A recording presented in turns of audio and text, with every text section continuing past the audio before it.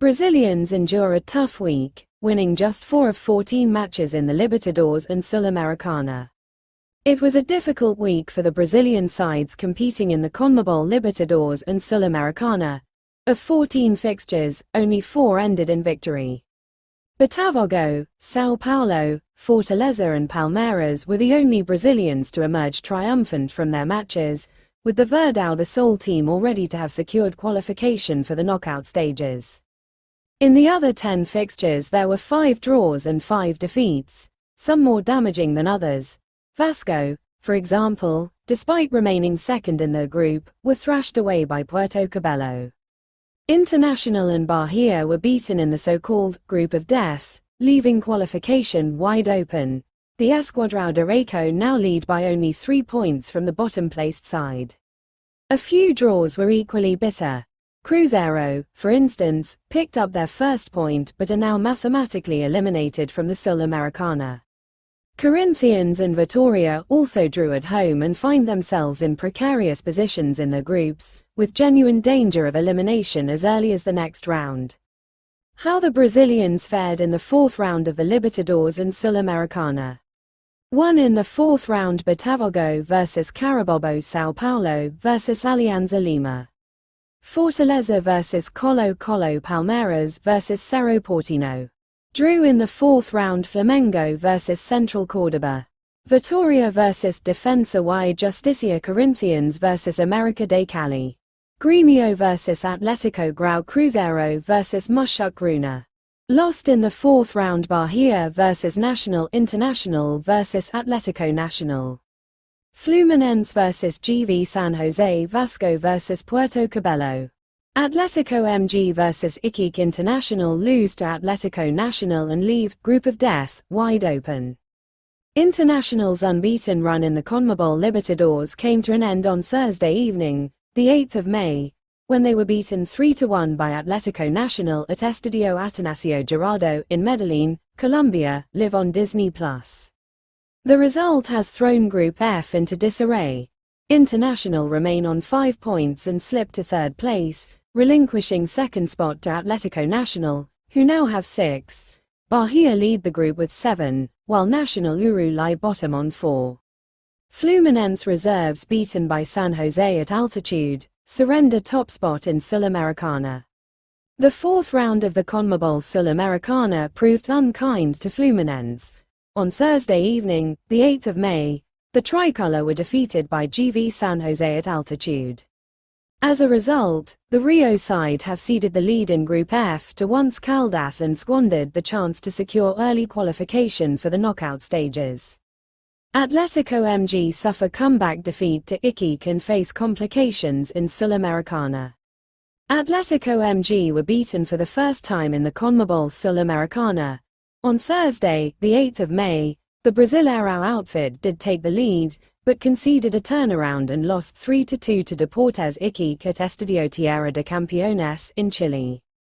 With the defeat, they remain on 5 points, 1 win, 2 draws and now a loss, and will lose top spot in Group H. The Chileans recorded their first win of the competition and moved to 4 points, tightening the race for qualification. Betis v Chelsea, date, prize money, head-to-head and all you need to know about the Conference League final. The most eagerly anticipated fixture of the Conference League has arrived. After many grueling stages, it has been confirmed that Betis and Chelsea will contest the final on the 28th of May in Wrocław, Poland.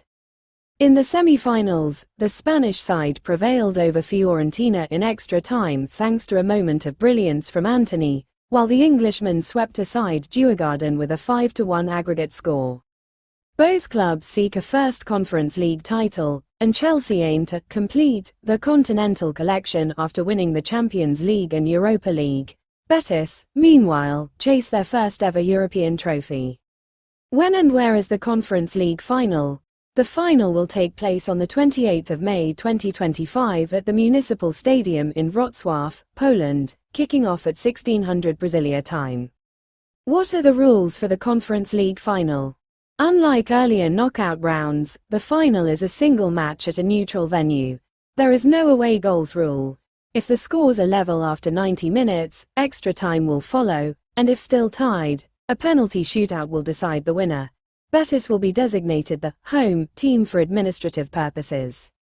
What does the Conference League champion earn?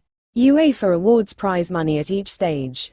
Both finalists will receive approximately £3.5 million, around 22.28 million Brazilian reals, with the winners awarded an additional £2.5 million, roughly 15.9 million Brazilian reals. Head-to-head between Betis and Chelsea. The clubs have met on just 4 previous occasions, with Chelsea winning 3 matches and Betis 1, the latter victory coming 20 years ago in a Champions League group stage fixture. Casemiro strike helps United rout Bilbao and reach Europa League final against Tottenham. The Europa League final lineup is complete. On Thursday, the 8th of May, Manchester United thrashed Athletic Bilbao 4-1 in the second leg of their semi-final and will face Tottenham in the decider. Mason Mount, twice, Casemiro and Rasmus Højlund scored for the hosts, while Gaisca Jauregizar netted for the visitors.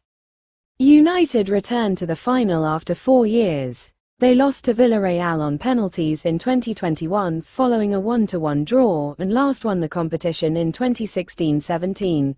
Athletic were denied the chance to contest a first final in their own stadium. The final is set for the 21st of May at 1600 Brasilia time, at San Mamés in Bilbao. For now, United focus on their Premier League fixture against West Ham this Sunday, while Athletic face Alaves in La Liga on the same day. Tottenham defeat Bodo Glimt in the other Europa League semi-final. Tottenham defeated Bodo Glimt 2-0 at Aspmyra Stadion in Norway, with goals from Dominic Solanke and Pedro Porro, both in the second half. With titles in 1971-72 and 1983-84, Spurs will contest their 4th Europa League final. Tottenham v Manchester United, date, prize money, head-to-head and all about the Europa League final. An all-English final awaits in the Europa League. On Thursday, the 8th of May, Manchester United and Tottenham secured their places in the showpiece. It will be only the 3rd time 2 English sides meet in the final. United won 4-1 at home against Athletic Bilbao, after triumphing 3-0 in the first leg. Tottenham edged Bodo Glimt 1-0 away, having led 3-1 from the first match. The final takes place on the 21st of May at San Mamés in Bilbao, Spain, a 50,000 capacity venue that hosted matches during the 1982 World Cup.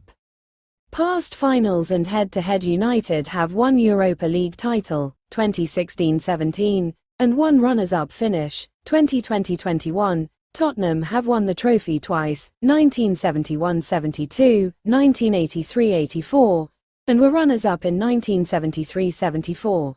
This season, Spurs have beaten United in all 3 meetings, 3-0 in the Premier League, 4-3 in the League Cup quarter-final and 1-0 in the league rematch.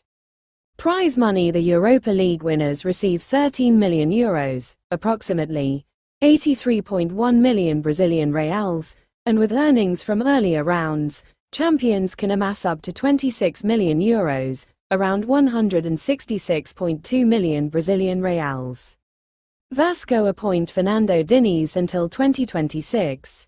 Here's who arrives with the coach and what tipped the scales. Vasco are edging closer to securing Fernando Diniz as their new head coach. According to ESPN's reporting, the deciding factor was his rapport with club president Pedrinho. Not only do they get on well personally, but they share similar footballing philosophies. The negotiations were conducted directly by the president, who had Diniz on his radar even before Fabio Carol's dismissal. Discussions dragged on for several days, with finances the main sticking point. Initially, Diniz had demanded a salary around 2 million Brazilian reals, which Vasco's board promptly rejected. However, the parties resolved their differences, reaching an agreement on Thursday, the day after Vasco's heavy Sul-Americana defeat to Puerto Cabello. Returning to Vasco, he previously managed the club for 12 matches in 2021. Diniz will be joined by longtime fitness coach Wagner Bertelli, who has worked with him since his Votarati days of 1993 to 96, as well as 2 new additions, Riccardo Cobalcini, who worked under Abel Braga and managed Rio Branco, and Evandro Fornari, formerly Thiago Nunes's assistant.